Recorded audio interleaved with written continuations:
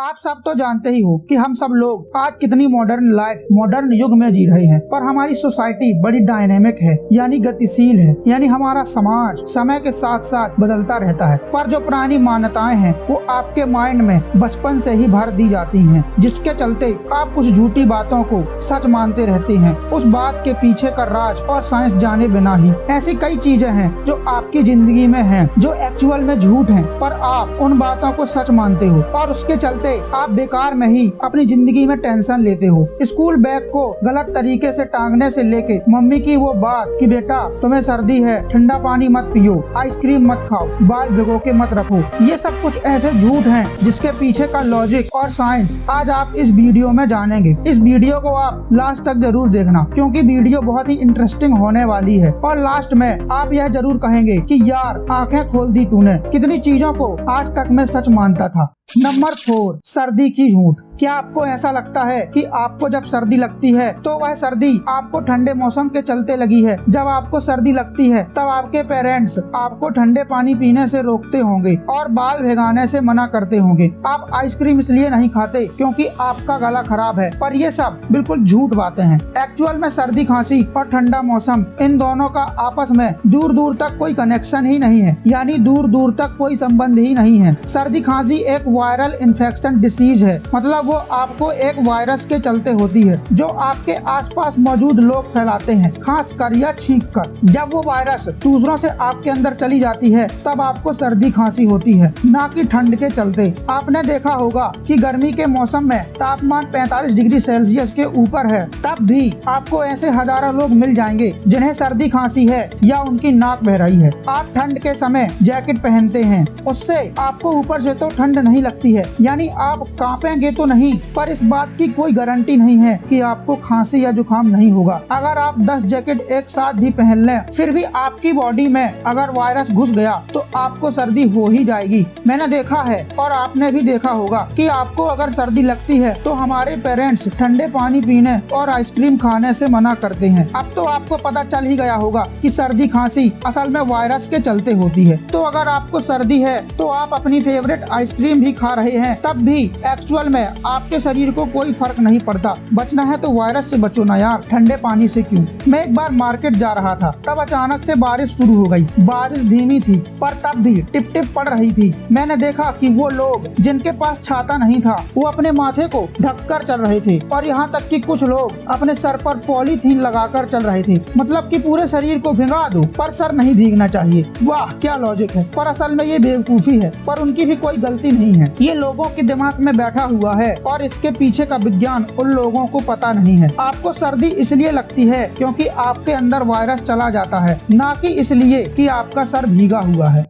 Number 3, TV देखने से आपकी आंख खराब होती है। इस बात को आपने तो हजारों बार ही सुना होगा, बचपन से लेकर आज तक। ये बात तो मम्मी पापा ने आपको कही ही होगी कि बेटा ज्यादा टीवी मत देखो, आंखें खराब हो जाएंगी। पर अब आप तो जानते ही होंगे कि मैं क्या बोलने वाला हूँ। जी हाँ, यह बिल्कुल झूठ है। अब आप कहोगे कि यार यह तो ऑब्वियस सी बात है कि टीवी देखने से आंखें खराब होती हैं, ये बात झूठ थोड़ी ना हो सकती है। पर भाई बहुत सारे रिसर्चेस में ये प्रूव्ड है, ये साबित किया जा चुका है कि आपका आंख खराब होगा या नहीं ये आपके जीन्स पर डिपेंड करता है। मतलब आपने जो जीन्स अपने मम्मी पापा से पाया है उस पर ये निर्भर करता है कि आप कितने मोटे होंगे, कितने पतले होंगे, आपका चाल चलन कैसा होगा, आपके बाल कैसे होंगे, वगैरह वगैरह। और इन्हीं जीन्स के अंदर आपकी आंखों वाली बात भी आती है कि आपकी आंखों की रोशनी किस उम्र में कमजोर पड़ेगी। और अगर आप लकी हैं और आपके जीन्स ने ये कोड किया हुआ है कि आपकी आंख कभी खराब ही नहीं होगी, तो आप चाहे जितना भी मोबाइल चलाएं, कंप्यूटर या टीवी देखें, उससे आपकी आंख खराब नहीं होगी। आपकी आंख खराब होगी कि नहीं उससे यह डिसाइड नहीं होता। हाँ, पर ये फैक्ट जरूर है कि ज्यादा समय तक टीवी, कंप्यूटर, मोबाइल चलाने पर आंखों में खिंचाव या तनाव जैसी समस्या होती है, पर यह कुछ ही समय के लिए होती है और यह सीरियस सी चीज नहीं है। मतलब ये बात बिल्कुल गलत है कि ज्यादा देर तक मोबाइल, टीवी, कंप्यूटर चलाने पर ये हमारी आंखों को खराब कर देता है और चश्मा लगा देता है। ये गलत है। नंबर 2, मोबाइल की बैटरी की झूठ। ऐसा आपने जरूर सुना होगा या आपसे किसी न किसी ने कहा होगा कि आपको मोबाइल जब चाहे चार्ज नहीं करना चाहिए। मतलब जब आपके मोबाइल की बैटरी 10 या 20% रह जाए तभी आपको उसे चार्ज में लगाना चाहिए। अगर 60 या 70% मोबाइल चार्ज है और आप उसे फुल चार्ज करने के लिए बीच में ही चार्ज में लगा देते हैं तब आपके मोबाइल फोन की बैटरी की लाइफ कम हो जाएगी। पर यह एक मिथ है, एक झूठी बात है। असल में आपके फोन की बैटरी 50% चार्ज है और आप कहीं बाहर जाने वाले हैं तो उसे जस्ट 100% चार्ज करने में कोई प्रॉब्लम नहीं है। ऐसी बात ही नहीं है कि आपको अपने फोन की बैटरी तभी चार्ज करनी चाहिए जब फोन की बैटरी 20% चार्ज बचे। ये प्रॉब्लम होती थी पर पुराने जमाने की बैटरीज में होती थी, पर आजकल की एडवांस बैटरीज में ये प्रॉब्लम नहीं होती। और एक चीज जो आप करने से डरते हो क्योंकि ये आपके माइंड में किसी न किसी ने बैठा दिया है। जी हाँ,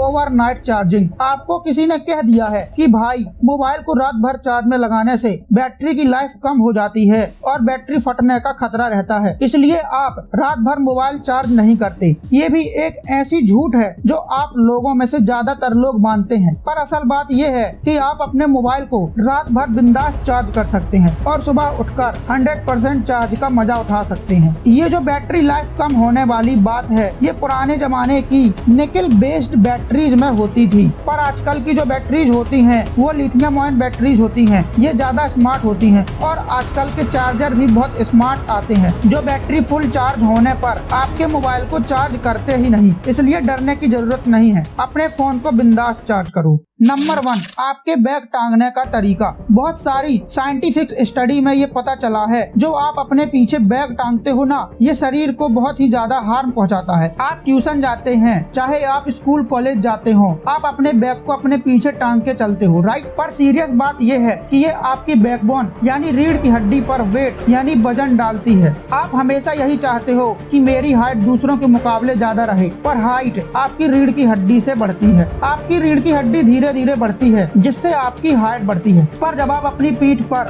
बैग टांगते हो तब आप अपनी बैकबोन को कंप्रेस यानी दबाव डालते हो। आप में से कुछ लोग कहेंगे कि अरे मैं बैग थोड़ी देर के लिए टांग लूंगा, उससे क्या फर्क पड़ जाएगा। पर दोस्त, फर्क एक दिन में नहीं पड़ता। आप डेली अपनी बैग को टांगते हो, सालों से टांगते आ रहे हो, तो आप उसे यानी अपनी बैकबोन को डेली इफेक्ट करते हो और इसी के चलते लॉन्ग टर्म में ये आपकी हाइट में रुकावट डाल सकती है। इसका सॉल्यूशन ये है कि आप अपनी बैग को आगे की तरफ कैरी करोगे तो आप उस प्रॉब्लम से बच सकोगे। पर मैं भी समझता हूँ कि आगे की तरफ बैग कैरी करना आपको कितना अजीब लगेगा, पब्लिक में कितना ऑड लगेगा। आप शायद बोलेंगे कि क्या करें तो अब, क्या बैग टांगना ही छोड़ दें? नहीं भाई, इसका सिंपल सा सॉल्यूशन ये है कि आप अपने बैग का वजन जितना कम हो सके उतना कम रखो। जो बुक्स जरूरी नहीं है उन्हें बैग में कैरी ना करें। कम वेट या कम वजन जितना होगा आपकी बैकबोन यानी रीढ़ की हड्डी उतनी ही कम कॉम्प्रेस होगी और आपकी स्पाइन पर उतना स्ट्रेस नहीं पड़ेगा।